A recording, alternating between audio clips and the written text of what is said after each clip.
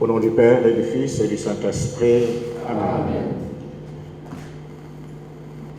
Viens, Esprit du Seigneur, viens, nous t'entendons.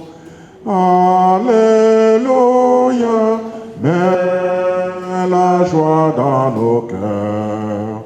Par le Christ, alléluia.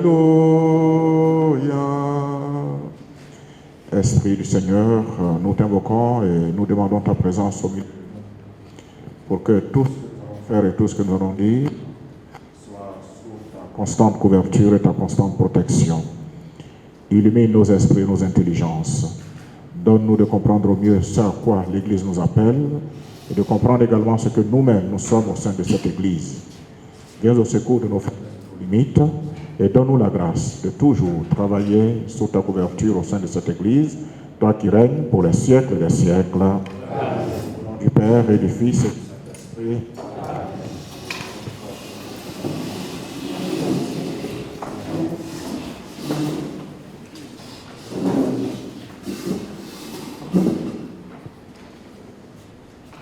Révérend Jean-Noël Gossou, directeur national des œuvres pontificales missionnaires.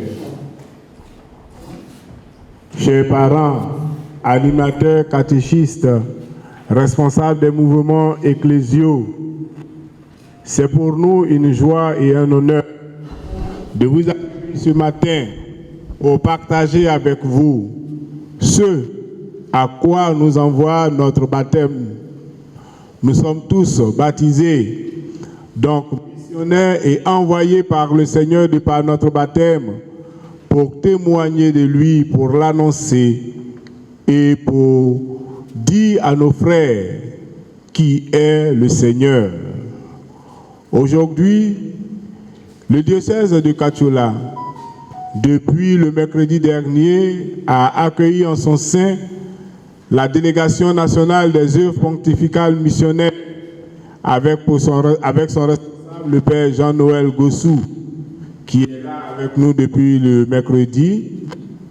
Le jeudi, nous avons rencontré les prêtres du vicariat forain de Kachola, prêtres et religieuses.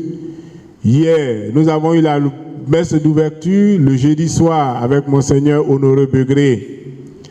Hier, nous étions dans le vicariat forain de Dabakala où nous avons rencontré les prêtres du vicariat forain avec les sœurs. Nous avons échangé avec eux. Et à notre retour, nous sommes passés sur certaines paroisses pour vérifier certains chantiers financés par les OPM. Aujourd'hui, nous voulons échanger avec vous, laïcs. Non seulement échanger, mais aussi vous inviter à prendre votre place dans le vaste champ du Seigneur. Une fois encore, merci d'être venus et disposons-nous avec la grâce de Dieu à recevoir ce que notre responsable national va nous enseigner et aussi à poser des questions pour plus amples informations. Sans plus tarder, nous allons passer le micro au Père Jean-Noël Gossou, directeur national, pour nous entretenir.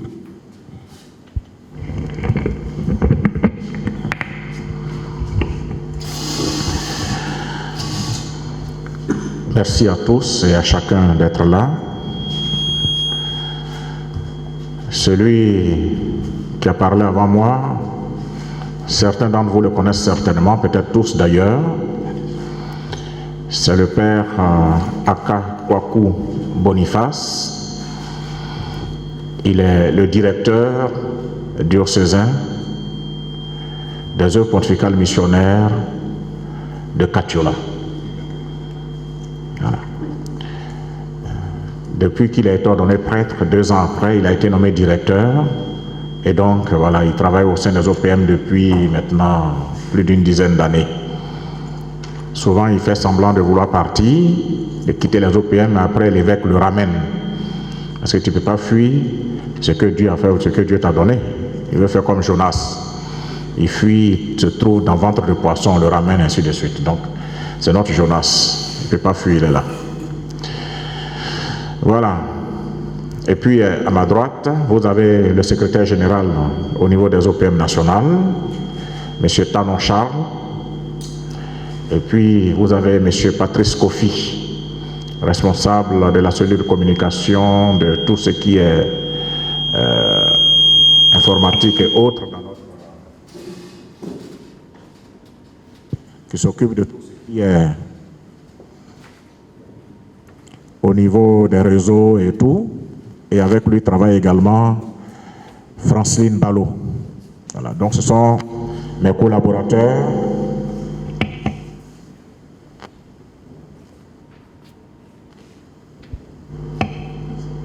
Ce sont donc mes collaborateurs, les collaborateurs avec qui je travaille. Alors, comme on m'a dit que je rencontre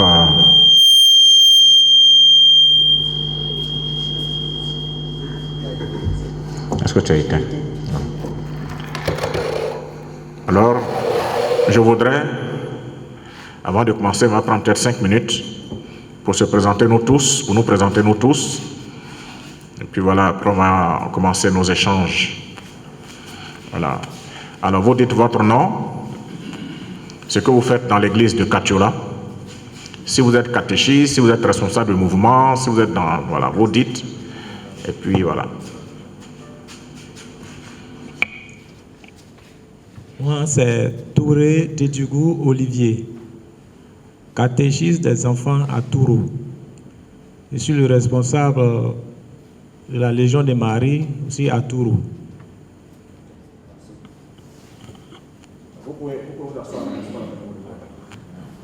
Moi, je suis Joseph Ouattara, je suis catéchiste à Tourou. Je m'appelle Oro Kifon, responsable de la chorale Émile Diraime. Je suis Jean-Claude Koulibaly, animateur de la catéchèse de la 4e année jeune et vice-secrétaire des servants de messe de la cathédrale.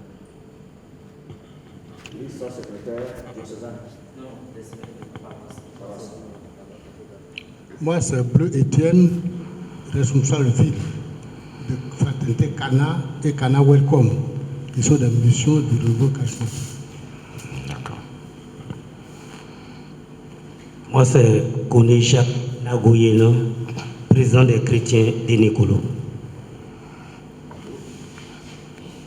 Moi, c'est Ouattara Kielma Pascal, catéchiste au village Kationo, quasi paroisse de Saint-Félix. Moi, c'est Katia Simon, responsable de CB, responsable du groupe de prière pour les malades. Moi, c'est Emmanuel Nkongo Tiendala, catéchiste à Nicolo. Moi, c'est Camara Soutio Thérèse, catéchiste à la cathédrale, responsable de Caritas et catéchèse. Moi, c'est Dr Roselyne, épouse à Ouyi, la vice-responsable de la commission apostolique laïque, membre aussi des ATS Katiola. ATS, c'est quoi? Amis du Très Saint-Sacrement.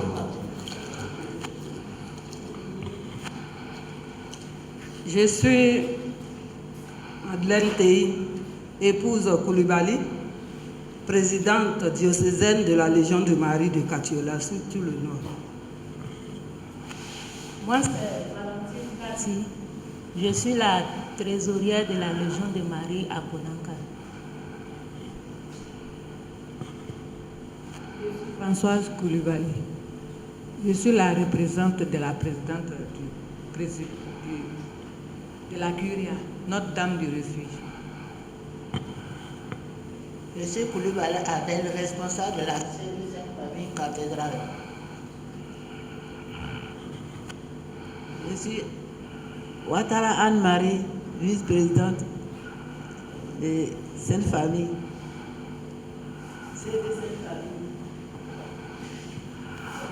Denis, adjoint. Moi,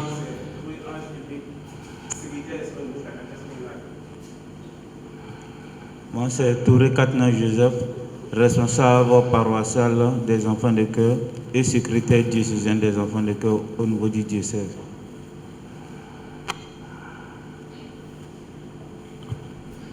Touré Tiklina Ken Désiré, berger du renouveau charismatique de la paroisse NDA.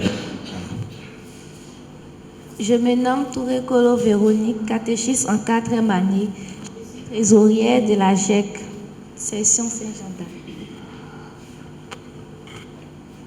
Traoré François, catéchiste de la cathédrale, de la paroisse cathédrale, mais du village Péfélé. Moi, c'est camarade Léon, catéchiste de Kohara. Je suis Voyant Charles, catéchiste, Catianon, paroisse Saint-Félix. Je me nomme Ouattara Antoine Lacoune, je suis choriste de la chorale Saint-Jean-d'Arc de la cathédrale. Je suis aussi responsable et animateur de la CEB Saint-Antoine de Padoue. Moi, c'est Jean-Marie Koulibaly Lacoune, catéchiste à Ndana. Moi, c'est Yé Nyingita Aimé, catéchiste à Kawara. Robert Koulibaly Nda, catéchiste à la paroisse Notre-Dame de l'Annonciation, Konaka. Moi, c'est Koulibaly Yaya Henri, président du CB de Tibi Miséricorde de Peyaka. Jean-Baptiste Koulibaly, catéchiste, président de la CEB Christ Roi de Saint-Félix. Moi, c'est Siwe Afou Nyontori. Moi, c'est Siwe Afou Nyontori Chantal. Je suis vice-responsable de la GEC. Je me nomme Yokido Alfred, responsable de la communauté catholique de Sainte-Plaie de Jésus, catéchiste, animateur et aussi sacristain de la paroisse Saint-Albert-le-Grand. Voilà, merci beaucoup pour cette présentation. Alors, pour commencer, je vais vous poser une question. Quel est dans l'Église l'objectif de tous ces groupes que vous représentez ici aujourd'hui? Il y a des catéchistes, il y a des responsables de la Légion de Marie, responsables du renouveau charismatique, responsables de la GEC, tous les mouvements que nous avons, tous les corps constitués que nous avons, le laïcat, et ainsi de suite. Alors, je vous demande, pour vous, quel est l'objectif ou la nécessité de tous ces groupes-là dans l'Église? Quels sont vos objectifs? Moi, à ma vue, je pense que c'est pour faire la mission, l'œuvre de Dieu. D'accord, merci beaucoup. Qui d'autre? Charles, tu faut regarder, tu suis, pardon. Pour moi, nous militons pour annoncer l'évangile. Nous militons pour annoncer l'évangile. Merci beaucoup. C'est pour participer à la mission d'évangélisation de l'Église. C'est pour participer à la mission d'évangélisation de l'Église. Voilà, merci beaucoup. Alors, vous voyez,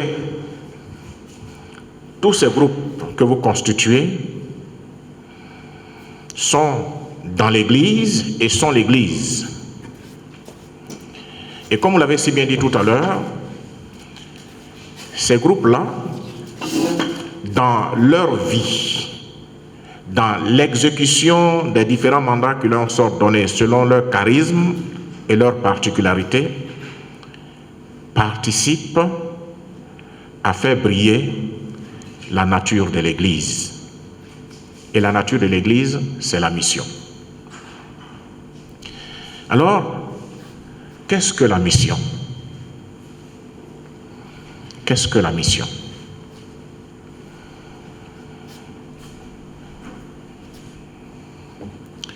Vous voyez, dans notre monde, dans nos sociétés, on parle de mission. Souvent, vous entendrez un parent qui dit « Je suis parti en mission ». Quelqu'un qui travaille même dans les structures de l'État, je vais en mission. On dit à sa femme, à ses enfants, je vais en mission. Alors, la mission, c'est quoi? La mission, c'est le fait d'envoyer et d'être envoyé. La mission, c'est le fait d'envoyer et d'être envoyé.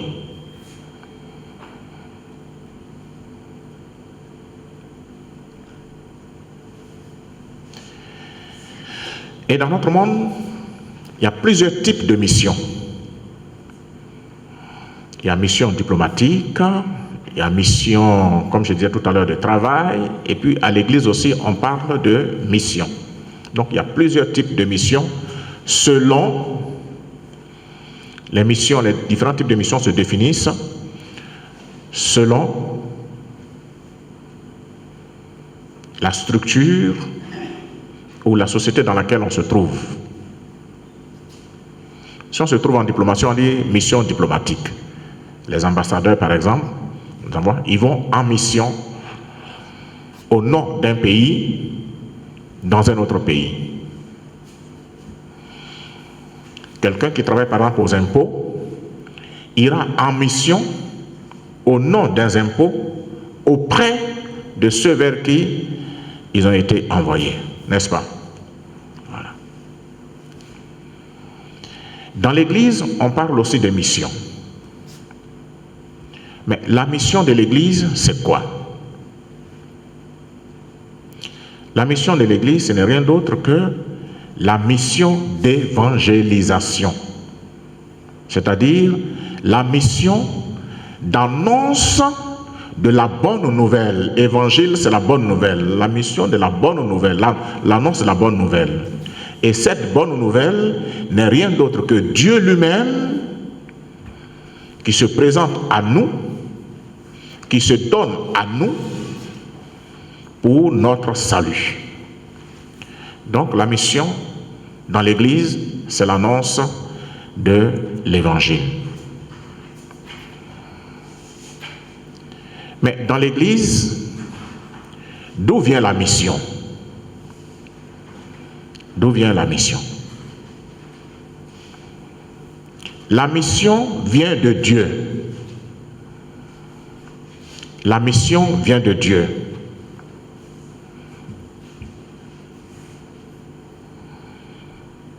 C'est Dieu lui-même, dans le dessein de sauver l'homme, c'est Dieu lui-même qui se déploie lui-même. Il se déploie dans son Fils et dans l'Esprit Saint. Dieu se déploie dans son Fils et dans l'Esprit Saint. C'est pour ça qu'on dira que la mission vient de Dieu. La mission est d'abord divine. La mission est divine. Donc Dieu envoie le Fils et le Fils envoie l'Esprit Saint.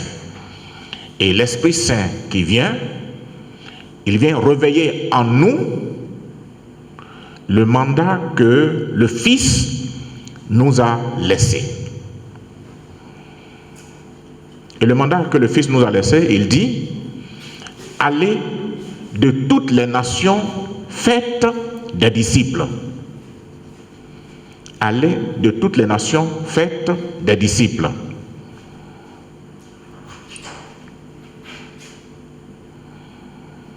Voilà, ça c'est le mandat que le Christ nous laisse.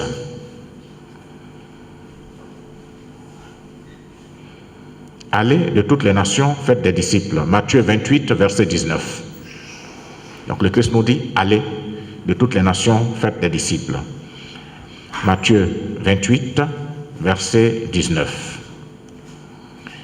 Et puis, quelque part encore, il nous dira, comme le Père m'a envoyé, moi aussi je vous envoie. Jean 20, verset 19 à 23. Comme le Père m'a envoyé, moi aussi je vous envoie. Donc la mission, si on veut se résumer, que ce soit au niveau laïque, que ce soit mission diplomatique, que ce soit mission de travail, que ce soit mission d'évangélisation dans l'Église, la mission, c'est le fait d'envoyer et d'être envoyé. Le fait d'envoyer et d'être envoyé. C'est comme ça qu'on peut définir la mission. Et il y a plusieurs types de missions. Mission d'évangélisation et puis comme je dis les autres. Et dans l'Église, ce que nous avons, c'est la mission d'évangélisation qui est l'annonce de la bonne nouvelle. Maintenant, pour que la mission soit authentifiée, il y a un certain nombre de critères. Pour qu'il y ait mission, il faut quelqu'un qui envoie, il faut quelqu'un qui est envoyé, et il faut un mandat, c'est-à-dire ce pourquoi on nous envoie. Pour qu'il y ait mission, il faut quelqu'un qui envoie, il faut quelqu'un qui est envoyé, et il faut un mandat. Dans notre contexte dans l'Église, qui envoie? Qui envoie? C'est Dieu qui envoie. Qui est envoyé? C'est nous, chrétiens, qui sommes envoyés. Et quel est le mandat? Pourquoi on nous envoie? Vous l'avez dit tout à l'heure, c'est ce que l'Église appelle mandat missionnaire. Ce pourquoi on nous envoie, c'est d'aller et d'annoncer la mort et la résurrection de notre Seigneur Jésus-Christ. Et faire découvrir à ceux qui ne le connaissent pas encore le visage de Dieu. Donc si dans la mission, il n'y a pas quelqu'un qui envoie, il n'y a pas quelqu'un qui est envoyé, il n'y a pas un mandat, il n'y a pas mission. Donc si on prend ces trois éléments, alors on peut aussi comprendre que dans toutes sortes de missions, on ne s'envoie pas en mission, mais on est envoyé en mission. On ne s'envoie pas en mission, mais on est envoyé en mission. Et lorsque on est envoyé en mission, avec un mandat, on ne s'annonce pas, mais on va avec le mandat de celui qui nous a envoyés.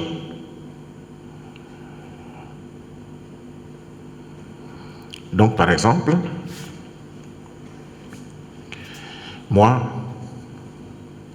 l'évêque m'envoie, par exemple, et puis me dit, va dire à la Légion de Marie que je veux les rencontrer demain. Qui m'a envoyé? C'est l'évêque. Pour faire quoi? Quelle nouvelle? Oui, que quoi? Qu'il veut? Qui veut quoi? Qui veut les rencontrer? Voilà.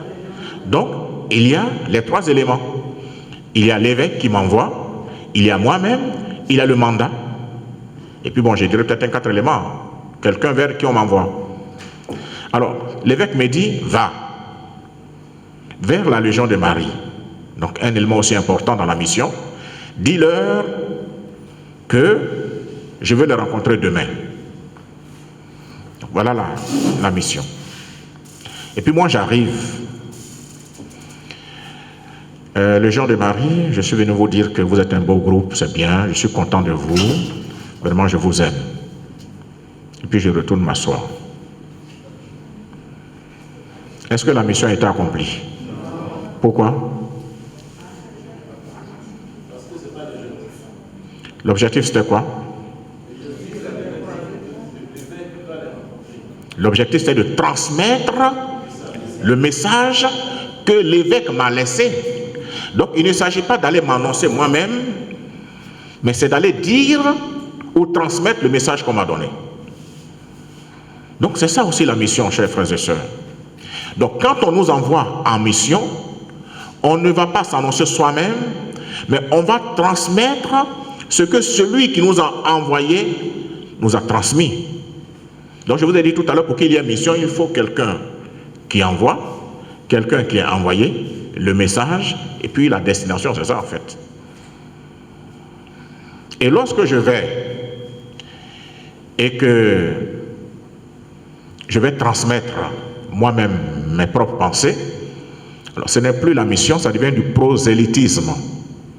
C'est-à-dire que là, on va parler de soi-même, on va parler d'autre chose, de toute autre chose que ce que nous devons transmettre. Alors, le Christ, par exemple, nous dit, allez de toutes les nations, faites des disciples. C'est-à-dire, allez prêcher la bonne nouvelle. Donc, on a dit tout à l'heure que la mission dans l'Église n'est rien d'autre que l'annonce de l'Évangile. Et puis, nous, que le Christ a envoyés, on s'en va vers les gens, et puis on commence à parler de notre village. Ah, moi, tu sais, à Kofi-Sioka, on est comme ça, on est gentil, on est ceci, et c'est pour ça qu'on t'a envoyé. Il n'y a plus de mission. Il n'y a plus de mission. Donc, tous les groupes que vous constituez ici aujourd'hui, tous les groupes que vous constituez, vous êtes présentés, on a vu la diversité des groupes que vous avez, que l'Église a, mais ce sont des groupes qui sont à l'intérieur de l'Église pour la mission particulière d'évangélisation. Pour la mission particulière d'évangélisation. Chacun, je dirais entre guillemets, chacun selon son espèce, pour dire chacun selon son charisme. Et comme dit Saint Paul, les charismes dans l'Église sont variés. Et ce sont ces charismes-là qui enrichissent l'Église pour maintenir la flamme de la nature de l'Église toujours vivante à l'intérieur de cela. S'il n'y a pas la mission d'évangélisation, vos groupes n'existeront pas et l'Église non plus n'existera pas. L'Église a été constituée par Dieu dans son Fils et par l'Esprit Saint pour un seul objectif, la mission d'évangélisation. Si il n'y a pas de mission d'évangélisation, il n'existera pas d'église. Il n'existera pas de catéchiste, il n'existera pas de l'Onction de Marie, il n'existera pas de GEC, il n'existera pas de renouveau, il n'existera pas de servant de messe, il n'existera même pas de prêtre. Parce que nous sommes faits pour cela. Nous sommes faits pour cela.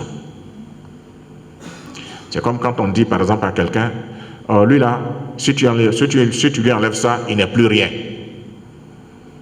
Vous comprenez? C'est comme on dit à un footballeur, si tu lui enlèves le football, il n'est plus rien. N'est-ce pas? Voilà. À l'église aussi, si on enlève la mission d'évangélisation, on n'est plus rien. Nous devenons une organisation, voilà, quelconque, mais qui ne se définit plus église. Donc c'est pour cela que nous sommes constitués. Alors, le catéchiste, le responsable du renouveau, ou tous les membres des différents groupes qui sont dans nos églises, doivent pouvoir comprendre que ils sont constitués pour annoncer l'évangile. Et donc, dans la gestion des groupes, dans la participation de la vie de ces groupes, un seul objectif doit pouvoir animer chacun d'entre nous, c'est-à-dire répondre à notre propre nature. Répondre à notre propre nature.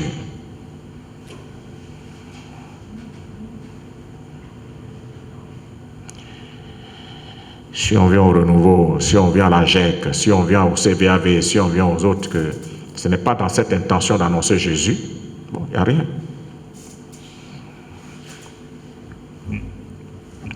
C'est pour ça que je dis souvent, ça je vais parler maintenant des tout petits là, des CVAV, des scouts et autres. Et souvent, quand les animateurs de ces groupes-là, ce qu'on appelle les AP, les AC, de ces différents groupes et les responsables, auprès des enfants, c'est vrai, très souvent avec les enfants, on joue beaucoup. Mais dans le jeu, dans l'animation des CVAV ou des scouts, il faut leur transmettre un seul message. Le seul message qu'on leur transmet, c'est qu'eux aussi sont des évangélisateurs, sont des missionnaires. Mais si on vient jouer, on vient chanter au CVAV, on vient apprendre toute autre chose, mais qui ne les amène pas dans une vision d'être missionnaire, alors on n'a rien compris de notre propre être dans l'Église. Donc, être catéchiste, ce n'est pas une fonction. Mais on répond à une vocation, à la vocation missionnaire, c'est-à-dire transmettre l'Évangile.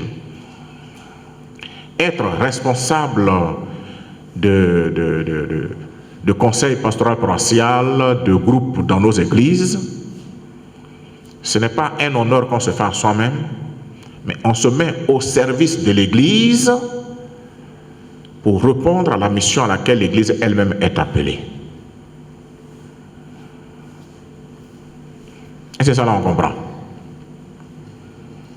Parce que, comme je l'ai déjà dit, si ce n'est pas votre objectif, si ce n'est pas l'appel auquel vous répondez, alors vous n'êtes rien. Alors que vous êtes dans l'Église, parce que Dieu vous a appelé dans votre baptême pour être ses témoins. Pour être ses témoins. C'est-à-dire des missionnaires.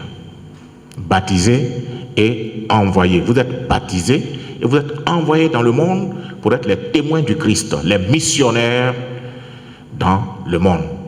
Et c'est à vous tous que s'adresse cette parole du Christ qui dit « Allez de toutes les nations, faites des disciples ». Donc, chers frères et sœurs, le missionnaire, ce n'est pas le prêtre blanc qui quitte chez lui qui vient avec sa barbe et les religieuses qui viennent chez nous. Ce n'est pas ça le missionnaire. C'est vrai, ils sont missionnaires parce que baptisés. Parce que baptisés et répondant à l'appel du Christ qui les envoie chez nous. Donc le missionnaire, c'est tout baptisé. Le missionnaire, c'est tout baptisé. Tout homme, toute femme qui est baptisée est missionnaire.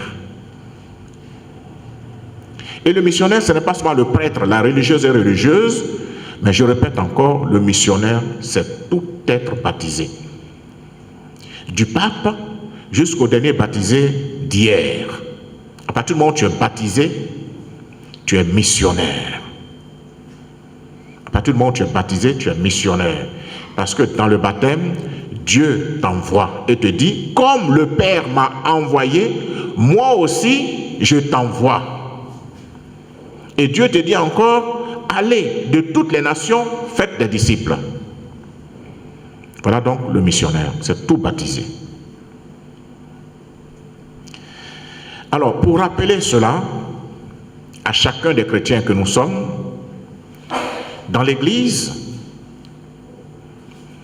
des groupes, des mouvements, des institutions sont nés pour entretenir la nature de l'Église, pour entretenir la conscience missionnaire de chacun des baptisés que nous sommes, pour ne pas qu'on oublie ce que nous sommes. Parce que par moi, il y en a qui oublient ce qu'ils sont. Pour ne pas qu'on oublie ce que nous sommes. Pour ne pas que nous nous perdions. Un jour, j'ai vu sur les réseaux sociaux un Africain gros nez. Son nez même est plus gros que pour moi. Et parce qu'il vient en France, il n'est pas né là-bas, à partir d'ici. Il a une nationalité là-bas. Quand vous le voyez, il est plus noir que moi-même. Et puis il dit, oui, c'est bon comme ça. C'est bon comme ça, on n'a plus besoin des Africains ici en Europe. On n'a plus besoin d'eux, qu'on fasse des lois pour les ramener chez eux. Bon, quand tu les regardes là, tu dis, lui là, on dirait qu'il a oublié ce qu'il est. On dirait qu'il a oublié. Et nous aussi, il peut nous arriver d'oublier ce que nous sommes. D'oublier que nous sommes missionnaires, que nous sommes dans l'église, que nous sommes missionnaires. Donc, pour ne pas qu'on oublie ça, l'Esprit Saint suscite dans l'Église des activités, des institutions, des organismes pour nous rappeler cela et maintenir intact ce que nous sommes.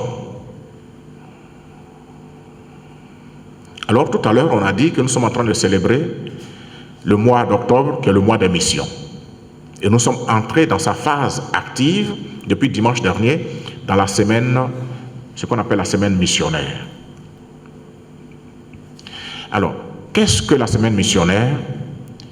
Et d'où vient le fait qu'on puisse célébrer une semaine missionnaire? C'est en 1926, que le pape Pie XI,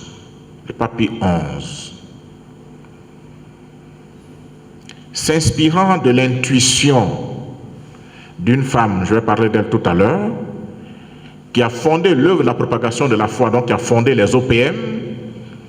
C'est donc s'inspirant de l'intuition de cette femme avec l'Esprit Saint, le pape Pie XI décide que désormais, dans l'Église, il y aura un mois qu'on appelle mois missionnaire, et spécialement un jour, un dimanche, où tout le monde entier va s'arrêter pour célébrer la mission. Pour célébrer la mission. C'est en 1926. Donc le pape dit désormais, l'avant-dernier dimanche d'octobre sera pour la célébration de la mission. Sera pour la célébration de la mission. Et donc depuis lors, chaque année, le mois d'octobre est dit mois des missions, et l'avant-dernier dimanche du mois d'octobre, on célèbre la mission.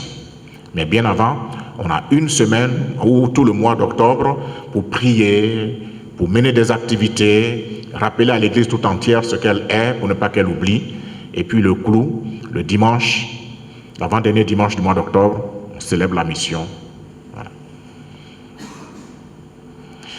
Alors, le pape s'inspire de l'intuition de Pauline Jaricot.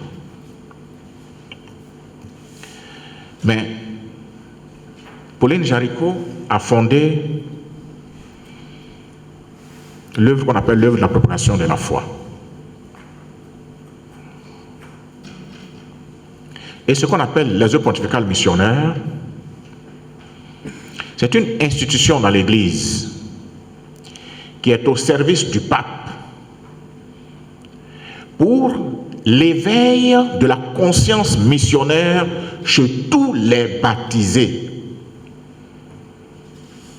Pour l'éveil de la conscience missionnaire. Qu'est-ce qu'on veut dire par l'éveil de la conscience missionnaire chez tous les baptisés? C'est-à-dire pour rappeler à la conscience de chacun des chrétiens, pour permettre à ce que cette lumière qui est dans notre conscience puisse être toujours allumée et nous rappeler constamment que nous sommes appelés pour être envoyés, que nous sommes baptisés pour être envoyés, que nous sommes missionnaires.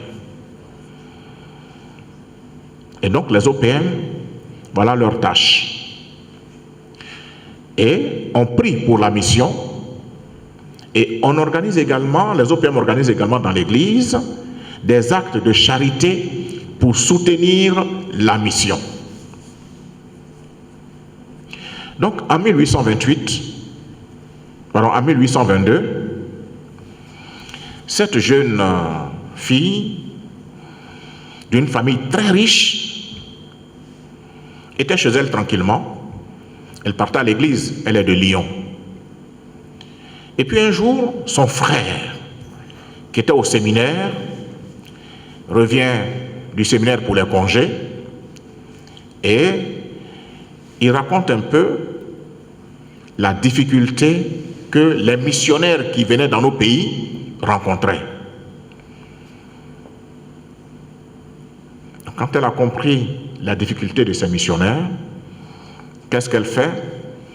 Elle regroupe certaines personnes, certains amis, elle appelle aussi d'autres personnes, pour se mettre ensemble afin de prier pour que les difficultés que les gens rencontrent sur le terrain pour annoncer l'évangile ne soient pas un frein au mandat missionnaire du Christ, qui dit « Allez de toutes les nations, faites des disciples ».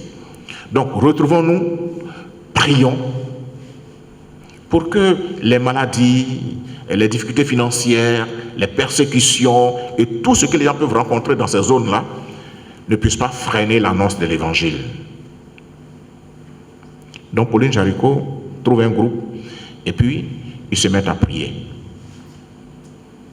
Elle dit, bon, la prière c'est bon, mais ça ne suffit pas aussi. Il faut qu'on trouve des moyens financiers et matériels pour soutenir ces prêtres et ces religieux religieuses qui vont pour l'annonce de l'Évangile. Donc elle met sur pied ce qu'elle appelle le sou de Pauline Jaricot. Chez nous on dira le franc, ou bien le 10 francs, ou bien 5 francs, ou bien 100 francs. Et chaque jour, tout ce groupe qu'elle a constitué, qui était Association pour la propagation de la foi, mettait de l'argent de côté, et cet argent recueilli, on les envoyait dans les territoires de mission pour soutenir les missionnaires, pour qu'ils puissent construire des églises, construire des chapelles, pour que l'annonce de l'évangile, parce que si vous venez parler et qu'il n'y a pas une église qui est mise sur pied, mais quand vous partez, qu'est-ce qui reste? Il n'y a rien. Il faut qu'il y ait une église qui soit implantée pour que l'annonce demeure. Donc Pauline Jaricot, voilà, elle constitue ce petit groupe. Et puis, pour soutenir encore plus fort la mission, elle crée le rosaire vivant. Le rosaire vivant. Vous voyez que le mois d'octobre, on dit mois du rosaire, c'est vrai, mais le rosaire, on ne le récite pas, parce qu'il faut le réciter dans le mois d'octobre. On le récite pour soutenir la mission. L'intention du rosaire pour tout le mois d'octobre, c'est pour la mission. Parce que c'est dans cet objectif que Pauline Jaricot crée le rosaire vivant. Pour soutenir la mission, pour prier pour l'Église, pour que l'Église ne n'oublie pas ce qu'elle est. L'Église n'oublie pas pourquoi est-ce qu'elle est dans le monde. Donc Pauline Jaricot, voilà, fonde ce qu'on appelle l'Association pour la propagation de la foi. Et puis, c'était en 1822. Et puis, quelques années plus tard, il y a une deuxième œuvre qui sera créée, qui sera fondée. C'est l'œuvre de la Sainte Enfance. Voilà, l'œuvre de la Sainte Enfance. Alors, un évêque, Charles de Forbin-Chanson, il a été bouleversé par des nouvelles qu'il entendait qui revenaient de Chine à propos des enfants qui mouraient sans être baptisés, des enfants qui ne connaissaient même pas le Christ.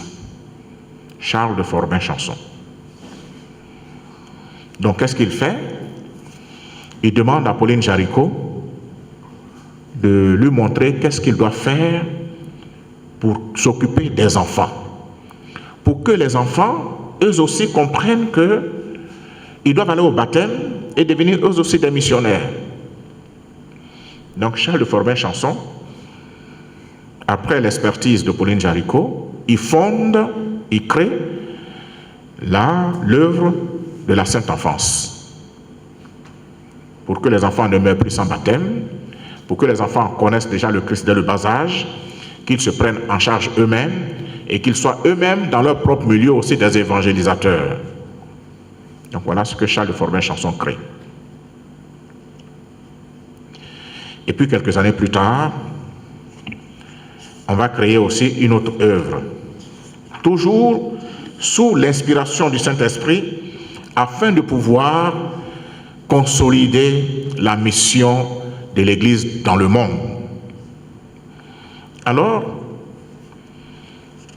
un autre évêque, va confier à une dame et à sa mère, une autre femme encore, Jeanne Bigard et sa mère Stéphanie. Elles vont fonder l'œuvre de Saint-Pierre apôtre. L'œuvre de Saint-Pierre apôtre, c'est pourquoi? On dit, bon, les Blancs, ils quittent chez eux, ils viennent chez nous, ils viennent nous annoncer la bonne nouvelle.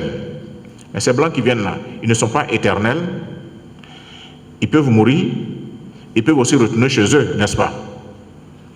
Est-ce qu'à Katoula, il y a prêtre blanc maintenant? Il n'y a plus de prêtres blancs. Ils sont tous partis. Mais si ils s'en vont, qu'est-ce qui va nous rester? Il n'y a rien. Qui va célébrer l'Eucharistie?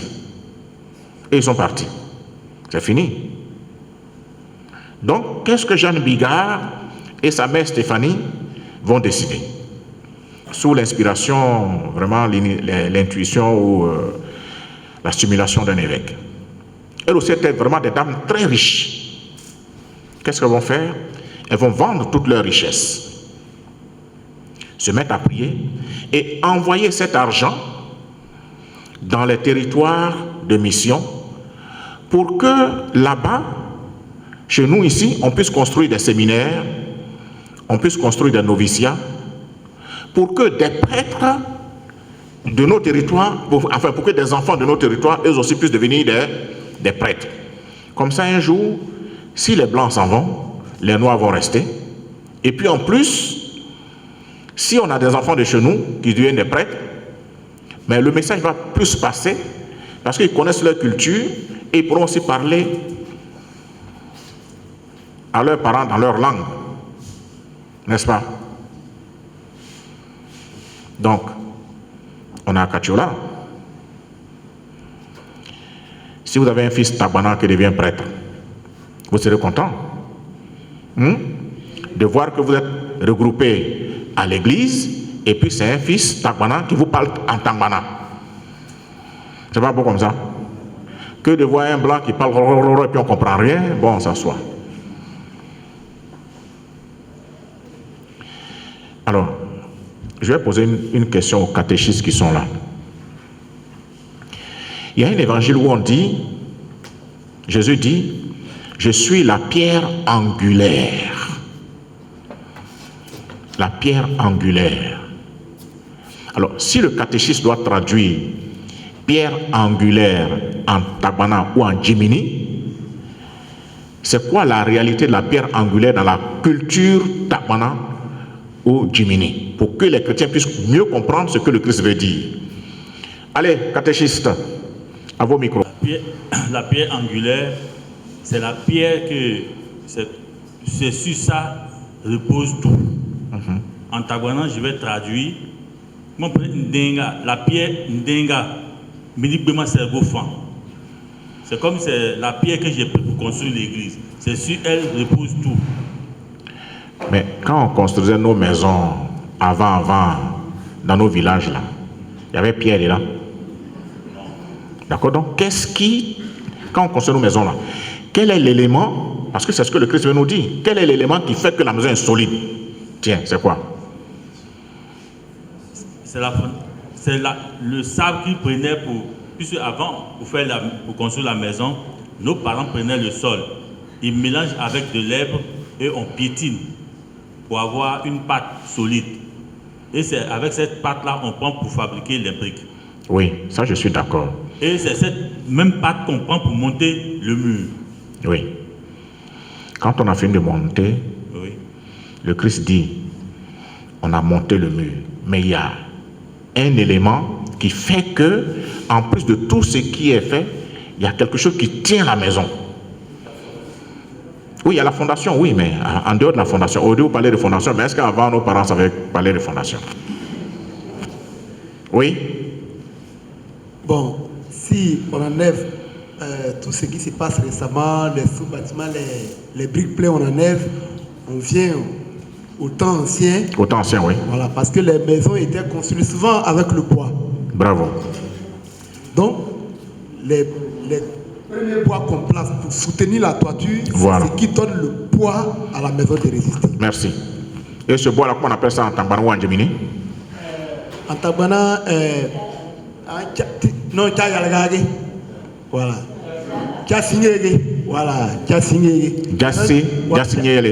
Voilà. Hein? Ouais, Diacini. Voilà. Donc voilà ce que le Christ dit. Lui, il n'y a pas de catéchiste, il n'y a pas de prêtre Tagbana, des pierres angulaires. Bon, la vieille femme qui s'en va, pierre angulaire, elle ne sait même pas de quoi on parle. Le Christ veut dire qu'au milieu de nous, de l'église que nous constituons, lui, il est le Diacinélé. Hein? Diaciné. Diaciné. Bon, on a compris.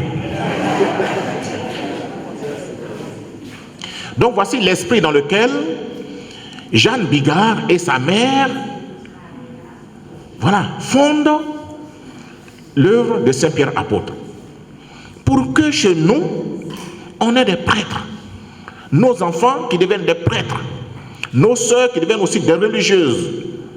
Pour continuer la mission et comprendre aussi qu'eux aussi sont appelés à cela. Donc Jeanne Bigard et puis sa mère Stéphanie, voilà, créent Saint-Pierre apôtre. Donc j'ai parlé de propagation de la foi, j'ai parlé de Sainte Enfance, et puis je parle maintenant de Saint-Pierre apôtre. Voici les 3 premières œuvres, les premières associations. Alors ces associations, depuis 1822, sont dans l'Église et travaillent pour l'Église. Alors l'Église comprend que ces 3 associations qui sont nées l'aident vraiment à maintenir jeune et belle sa propre nature. Alors qu'est-ce que va faire l'Église? Le pape Pie XI, en 1922, va élever ces 3 associations au rang pontifical. Qu'est-ce que ça veut dire? Les associations désormais deviennent des œuvres pontificales. C'est quoi? Désormais, ces associations-là sont rattachées directement à l'autorité du pape et deviennent l'instrument principal du pape dans l'animation missionnaire, dans la mission de l'Église. C'est pour ça qu'on les appelle œuvres pontificales missionnaires. Pontifical, ça veut dire qu'il est rattaché directement au pape. Donc ça devient l'élément principal dans la main du pape, comme on pourrait dire l'arme principale. Quand un chasseur va à la chasse, il a son gourdin, mais il y a l'arme principale qui est le fusil. Avant qu'on n'avait pas de fusil, c'était les flèches. On a le gourdin, mais on a aussi les flèches. Aujourd'hui, on a le fusil. Donc l'arme principale qui est le fusil, donc c'est ce que les OPM représentent pour le pape, son l'arme principale dans la mission. Et puis quelques années plus tard encore, une 4e œuvre va naître, c'est celle qu'on appelle l'Union pontificale missionnaire. Voilà, vous voyez tout ça, c'est sur le tableau ici. L'Union pontificale missionnaire, alors va naître sous l'inspiration de l'Esprit Saint par un autre prêtre, un prêtre italien qui est bien heureux, Paolo Mana. Et Pauline Jaricot, elle aussi a été béatifiée en 2022 dernier à Lyon. Donc l'Union pontificale missionnaire, lui, sa responsabilité, c'est de faire de la formation permanente. Former régulièrement les chrétiens, les catéchistes, les évêques, les prêtres et tout le peuple de Dieu à maintenir en nous la conscience missionnaire que nous avons. Donc cette œuvre aussi, l'Union pontificale missionnaire, est également élevée au rang pontifical. Donc ces 4 œuvres que vous voyez sont regroupées en une seule entité, dans une seule famille, sous la responsabilité du pape. Donc c'est le fusil du pape pour aller à la chasse, si je peux m'exprimer ainsi. C'est l'arme principale du pape dans l'animation missionnaire. Alors à ces 4 œuvres, pour remonter à l'intuition de Pauline Jaricot, vous vous rappelez, je disais, on mettait de l'argent de côté pour soutenir la mission. Pour remonter à Pauline Jaricot, aujourd'hui, on ne met pas l'argent de côté chacun, mais il y a des périodes dans l'Église où on parle de quête impérée. Dimanche prochain, on parlera de la quête impérée pour la propagation de la foi, pour la mission. Donc on va faire la quête pour la mission. C'est demain, voilà, demain. Quand il dit dimanche prochain, je me voyais encore très loin. Voilà. Donc c'est dimanche prochain, demain. Voilà, demain. On va faire la quête impérée pour les missions. Et puis le 1er novembre, on va faire la quête impérée de Saint-Pierre apôtre. À l'Épiphanie, on fait la quête impérée pour la Sainte Enfance. Et en septembre dernier, on a fait la quête impérée pour l'Union pontificale missionnaire. Alors quand on finit de faire toutes ces quêtes-là, l'argent qu'on recueille, on le met où? On envoie à Rome, et on le met dans une caisse qu'on appelle Fonds universel de solidarité. Donc la quête pour les missions, l'argent que le monde entier recueille, parce que les OPM sont présents dans tous les pays catholiques du monde entier, des États-Unis jusqu'à Dabakala et jusqu'à Dabou dans un village, tout, en Chine partout. Donc l'argent qu'on recueille à la Journée mondiale des missions, qui est basé dans le Fonds universel de solidarité, permet de construire des églises, permet de construire des chapelles, permet de prendre en charge la vie de nos diocèses. Vous voyez, on a construit l'église à Touro. Touro là, nous on a construit l'église chez vous. Hein. Mais c'est l'argent que vous avez mis là. C'est pas forcément ça qui est venu, peut-être c'est l'argent qui est venu à Chine, qui a construit l'église à Touro. Hier j'étais à Kofisio Ka. On est en train de construire l'église là-bas. Mais c'est toute cette quête impériale là. Quand vous allez là-haut ici, vous avez Saint-Albert le Grand. L'église qui est là-bas là. Voilà. On a construit aussi. C'est vrai, vous aussi vous avez donné un peu. Mais il y a un peu aussi qui est venu de ces différentes quêtes-là. Donc, dans le monde entier, cet argent-là sert à construire des églises un peu partout. Là où il n'y en a pas, on construit. Et puis, on a la Sainte Enfance. L'argent qu'on recueille à la Sainte Enfance est aussi logé dans le Fonds universel de solidarité pour construire partout où il y a besoin des salles de catéchèse, des dispensaires, des écoles, et pour me prendre en charge l'activité missionnaire des enfants dans l'Église. Ce que je n'ai pas dit aussi pour la propagation de la foi, c'est que, comme vous êtes là les catéchistes, voilà, on permet que vous ayez des formations, voilà, on permet que vous ayez des formations et des choses, voilà. Parce que quand on dit formation des catéchistes, ne pensez pas que les, voilà, on va chercher quête ailleurs. Mais quand ce qui est donné là, ça permet de vous former aussi. Voilà. Donc il y a ça. Et pour la Sainte Enfance, quand vous montez ici à Saint-Albert-le-Grand, vous allez voir 3 salles de catéchèse qui sont en train d'être construites. C'est Sainte Enfance qui a envoyé l'argent. Quand vous faites des demandes, dites bon, on a besoin de construire salle de catéchèse, on a besoin de construire préau pour les enfants, on a besoin de construire dispensaire, on a besoin de construire école, on a besoin de construire ça pour les enfants. On analyse et puis on peut envoyer l'argent pour que ça serve à cela, pour la prise en charge spirituelle des enfants et tout ça. Et puis Saint-Pierre apôtre, je vous ai dit que c'était pourquoi? Pour créer des séminaires, pour créer des noviciats. Donc, on construit des séminaires, on construit des noviciats, on donne l'argent pour le fonctionnement des séminaires. Parce que si on ne construit pas des séminaires, on n'aura pas de prêtres, on n'aura pas de religieux, religieuses. Et voilà. Alors, il y a un séminaire ici. Vous savez qu'il y a un séminaire ici, non? C'est un séminaire de quoi? Propédeutique. Voilà. C'est-à-dire l'année préparatoire avant maintenant de commencer philosophie et théologie. Et ce séminaire-là aussi, voilà pour leur fonctionnement. Quand vous faites quête là, puis ça va à Rome, on redistribue dans tout le monde entier là où il y a les séminaires pour que ça puisse fonctionner. Vous voyez l'importance du geste que vous posez. L'importance du geste. Souvent peut-être qu'on ne vous explique pas. Mais il faut comprendre que quand on dit quête impérée, si tu as donné 1000 francs, tu as donné 100 francs, tu as donné 10 francs, mais tes 10 francs, tes 100 francs, tes 1000 francs que tu as donnés va permettre de construire une église quelque part, va permettre de construire un séminaire quelque part, va permettre de prendre des enfants en charge quelque part. Ce n'est pas forcément que l'argent de Katiola, la quête de Katiola revienne à Katiola, mais comme on met dans le fond là-bas, ben voilà. Dieu seul sait, depuis que vous êtes là, toutes les quêtes que vous avez faites, Dieu seul sait combien d'églises votre argent a construit dans le monde entier, pour permettre à ce que l'évangile puisse être annoncé. Et puis l'Union pontificale missionnaire, c'est la même chose pour la formation. Formation des catéchistes, formation des prêtres, formation de tous, voilà, tout ce que nous faisons.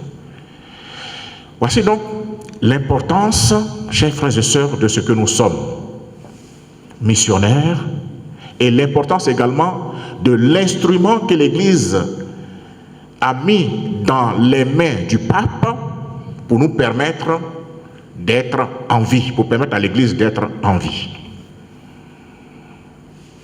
Voilà. Alors, je voudrais m'arrêter là.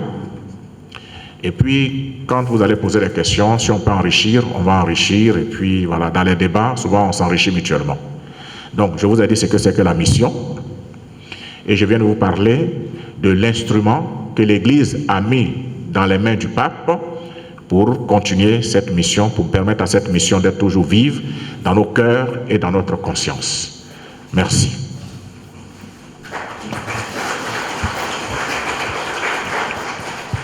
Alors, nous disons merci au Père Jean-Noël Goussou, directeur national des OPM, pour son enseignement sur les œuvres pontificales missionnaires et le rôle que nous sommes invités à jouer en tant que baptisés, en tant que missionnaires, en tant qu'envoyés dans le vaste champ de Dieu.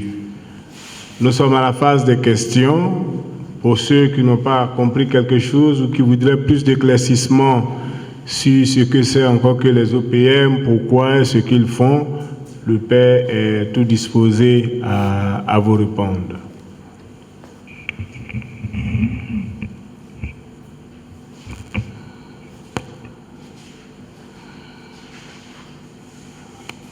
faut dire votre nom avant de poser votre question. Ouattara Kodia Deli. Le Seigneur Jésus a dit, allez dans le monde entier, faites des disciples. Je voudrais savoir qui est disciple.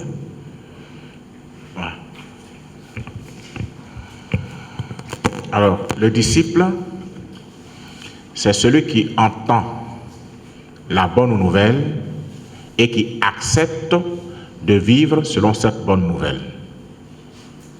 Donc, vous, par exemple, vous êtes de quel village? Le catéchisme d'où? À Katiola, voilà. Donc, vous, par exemple... Vice-responsable des équipes du Rosaire. Voilà.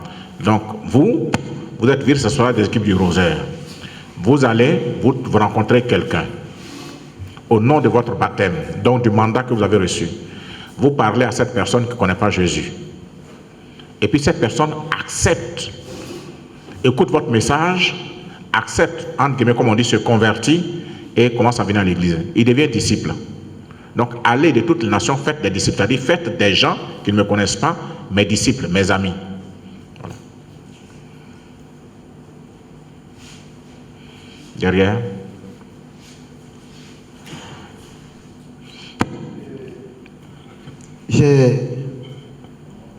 C'est Traoré François, Tamika François, catéchiste Péfélé. Quand j'ai suivi l'exposé, le grand point, être missionnaire, pour avoir une mission, il faut quelqu'un pour envoyer et quelqu'un qui envoie. Quelqu'un qui envoie et quelqu'un pour envoyer. Et le troisième point, c'est le mandat. Le catéchiste est un missionnaire et il a envoyé par le Christ. Et sa mission, c'est quoi? C'est d'évangéliser. C'est de donner, d'annoncer la bonne nouvelle. Et j'ai vu tout de suite, avec, je ne sais pas si c'est le nom, si je ne me trompe pas, Poli Janico, qui a, après son frère, quand il est quitté au séminaire, qui lui a montré les difficultés des missionnaires. Et aujourd'hui, le catéchisme a ses différentes difficultés. Parce que d'abord, le catéchisme, il faut qu'il soit soutenu par la prière. Et le catéchisme a les problèmes de moyens pour pouvoir évangéliser, donner la bonne nouvelle. Parce qu'il est en face d'un peuple où il lui faut des moyens pour pouvoir avancer. Et en plus de ça, je ne sais pas comment formuler.